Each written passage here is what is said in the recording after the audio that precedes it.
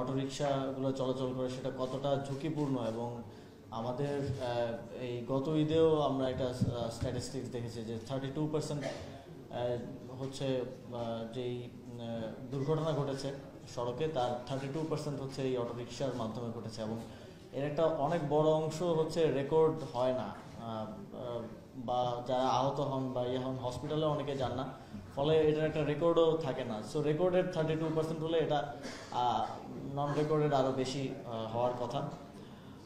তো এই যেহেতু এটা অনেক বড় এবং কমপ্লিকেটেড টাস্ক, তো এটাতে কেউ হাত দিতে চায়নি স্বাভাবিকভাবেই, কারণ এখানে অনেকগুলো স্টেক হোল্ডার, অনেকগুলো বিষয়, অনেকগুলো কমপ্লিকেশনস আমরা ফেস করেছি বিগত 7-8 মাসে। যখন স্থানীয় সরকার বিভাগ থেকে উদ্যোগটা নেওয়া হয় তখনও আমরাও ভাবিনি যে এটা এত বেশি কমপ্লিকেটেড হবে। আমি বলবো যে এই সময়টা খুব কম সময় একদম বাস্তবায়নে আমরা প্রথম স্টেপে চলে এসেছি।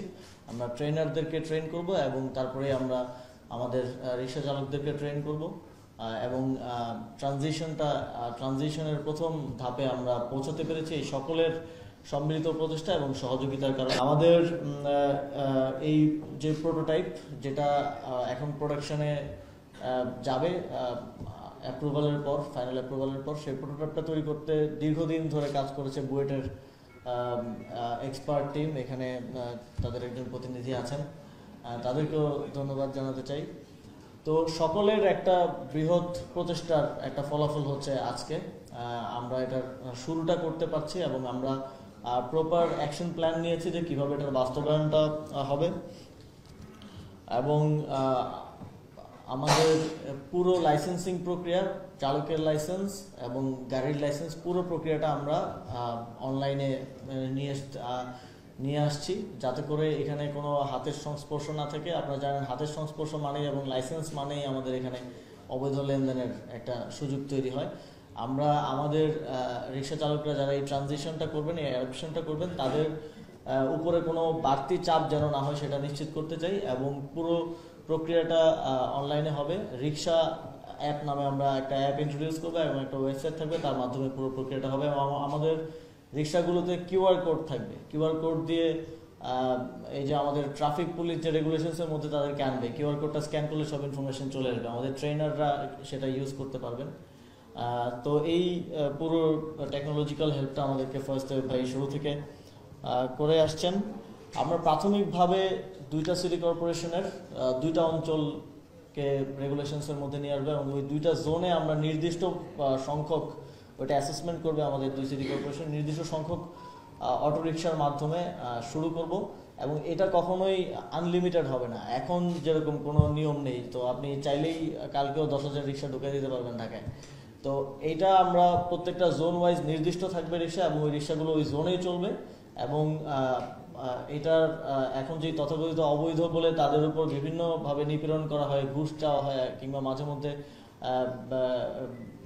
শাস্তিমূলক ব্যবস্থাও যাওয়া হয়, এটা আর থাকবে না। যারা এই অ্যাডাপশনটার মধ্যে অ্যাডাপশন করে নেবে এই নতুন রিক্সাটা, তাদের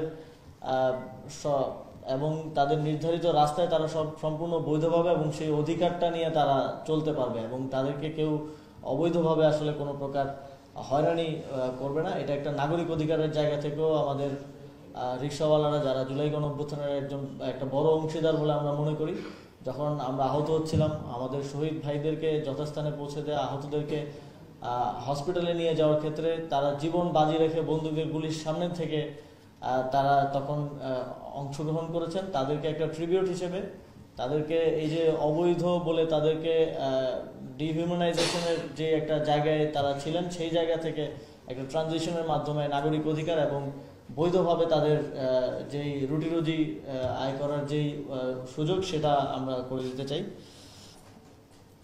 2 সিটির যে 2টা অঞ্চলের কথা বলছিলাম, অঞ্চল 1 2 সিটিরই ঢাকা দক্ষিণ সিটি কর্পোরেশনের অধীনে পল্টন এবং ধানমন্ডি অঞ্চল এবং উত্তর সিটি কর্পোরেশনের অধীনে উত্তরা, এই 2টা অঞ্চলকে দিয়ে আমরা আমাদের কাজটা শুরু করব।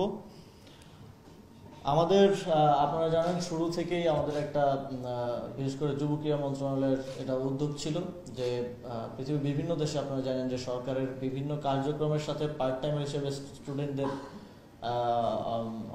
অন্তর্ভুক্তি থাকে এবং কাজ করার সুযোগ থাকে। আমাদের দেশে এই আইডিয়াটা সেভাবে ছিল না। প্রাইভেট সেক্টরে কিছু কিছু জায়গায় হয়তো আছে, কিন্তু সরকারিভাবে আমরা শুরু করেছি। আমাদের একটা উপলব্ধি হয়, যখন 5ই আগস্টের পর কোনো আইন শৃঙ্খলা ছিল না দেশে, তখন ট্রাফিক কন্ট্রোল করেছিল আমাদের স্টুডেন্টরা, তারা এগিয়ে এসেছিল। তাদের মধ্যে ওই সচেতনতাটা, ওই স্পৃহাটা আছে। সেই জায়গা থেকে আমরা অবশ্যই স্বরাষ্ট্র মন্ত্রণালয়ের সহযোগিতায় প্রায় 1000 পুলিশের সহকারী হিসেবে ট্রাফিকে স্টুডেন্টরা এখন কাজ করছেন।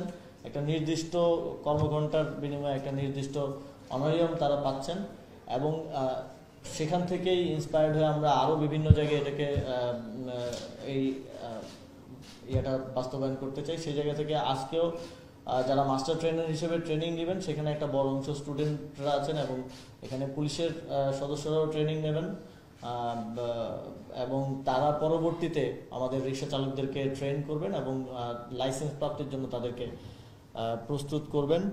এবং আমরা এই যে স্টুডেন্টদের পার্ট টাইমার হিসেবে বিভিন্ন কাজে অংশগ্রহণ, এতে সরকারেরও একটা দেখা যায়, যেখানে আমাদের ফুল টাইমের প্রয়োজন নেই সেখানে আমরা একজন ফুল টাইমার নিচ্ছি, নিয়ে তাকে অতিরিক্ত বেতন ভাতা সব কিছু দিচ্ছি। সেখানে আমরা একজন পার্ট টাইমার নিলে সরকারের বিভিন্ন কাজে আমরা দেখতে পেয়েছি যে আমাদের ব্যয়টা কমে আসবে, এবং এটা আমরা আরও বিভিন্ন জায়গায় কিভাবে বাস্তবায়ন করা যায় সেটা নিয়ে কাজ করছি। সেটা সামনে আরও কয়েকটা সেক্টরে আমরা এটা ইন্ট্রোডিউস করব।